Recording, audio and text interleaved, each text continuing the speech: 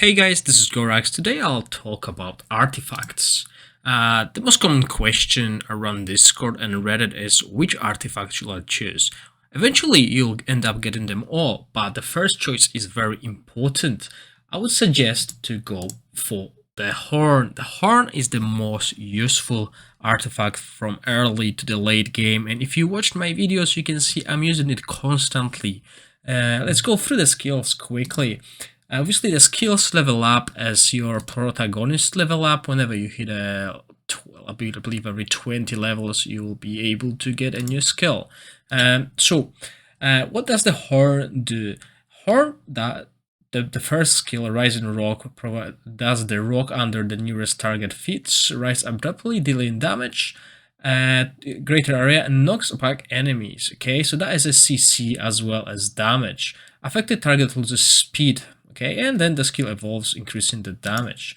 The skill Immovable. When the battle starts, the two allied heroes in the front row receive a physical shield that shields the target, and depending on artifact attack, for 10 seconds. When the shield disappears, the protected target gains 15 damage resistance for 10 seconds. So this is what keeps your front line alive, and you'll struggle a lot with keeping your tanks alive. This helps a lot as your damage dealers can deal damage, and the shield upgrades with levels.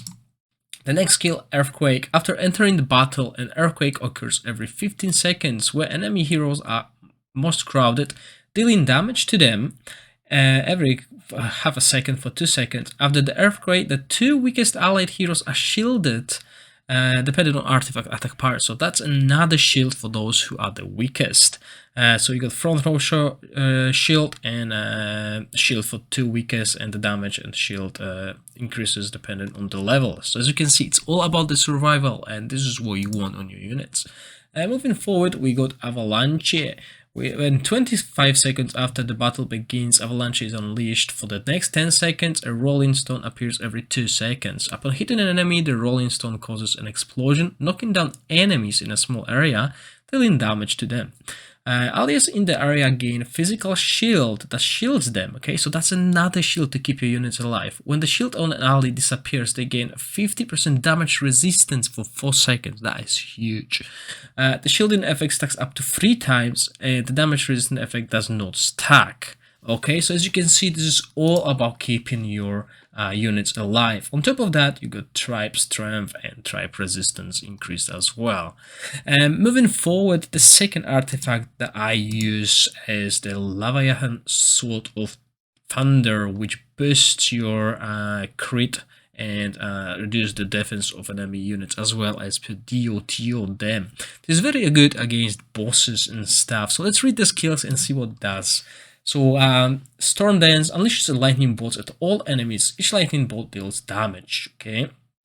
Moving forward, we got when the battle starts, all allies gain an increased crit of 7% for 10 seconds, and the crit bonus goes up to 15.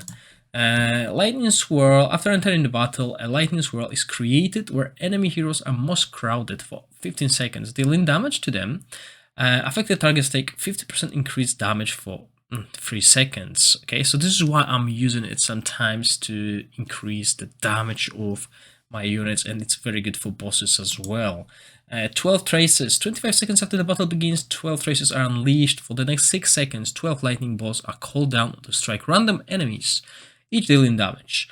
And there's a chance to stun the target for 1 second, and 50 chance to weaken the target, reducing in defense by 30%. The weaken effect stacks up to 3 times and is getting better alongside the skills, right? And it also gives all your units increased strength and resistance. Now, the third artifact that I would suggest will be the ring, and this is basically for the control and debuff removal, as well as a little bit of healing when you need it.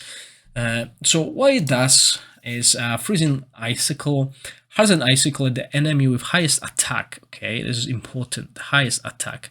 The shattered ice applies the icicle, reduces the target speed by 30.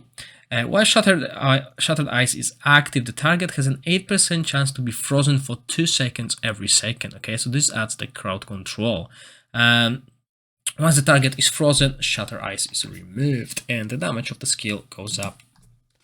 When a battle starts, all allies gain the prayer status for 10 seconds. While this effect is active, the 2 weakest allies are healed for 20% of the artifact attack every 2 seconds. So this is what provides healing. The healing goes down. It's not as impactful late during the later stages, but at the beginning it was quite useful. And I usually turn. See, when it comes to the chapter clearing, I usually change between the horn and the ring, depending if I need SCC or not. After entering the battle, a freezing breath is unleashed from behind you at the area where enemies are most crowded every 15 seconds, dealing damage to them and reducing their speed.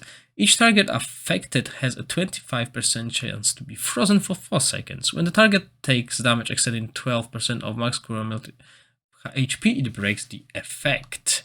And then moving forward, we got Sangharam. 25 seconds after the battle begins, a hot spring appears on your side for 12 seconds. The spring of water spreads every 3 seconds, healing nearby ally heroes.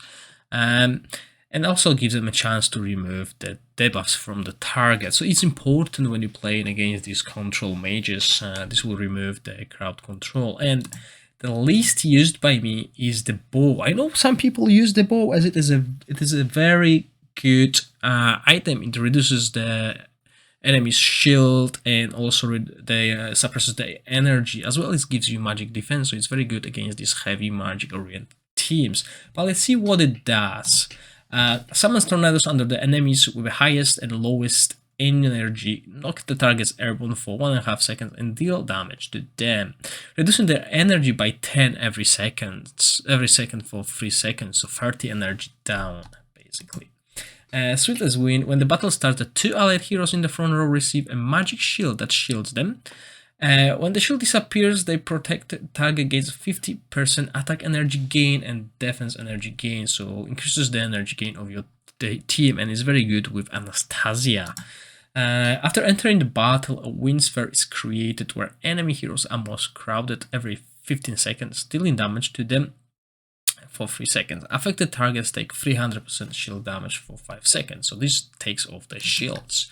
25 seconds after the battle begins, Hurricane Rage is unleashed. For the 6 seconds, the gust of wind sweeps across the battlefield every 2 seconds, dealing damage to all enemies and knocking them back.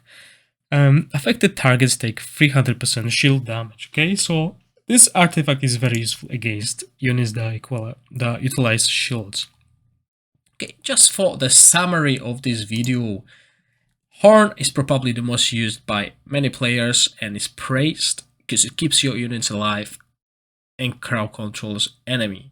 Next one will be the Sword of Thunder that is being used in PvE bosses and stuff like that as it boosts your damage.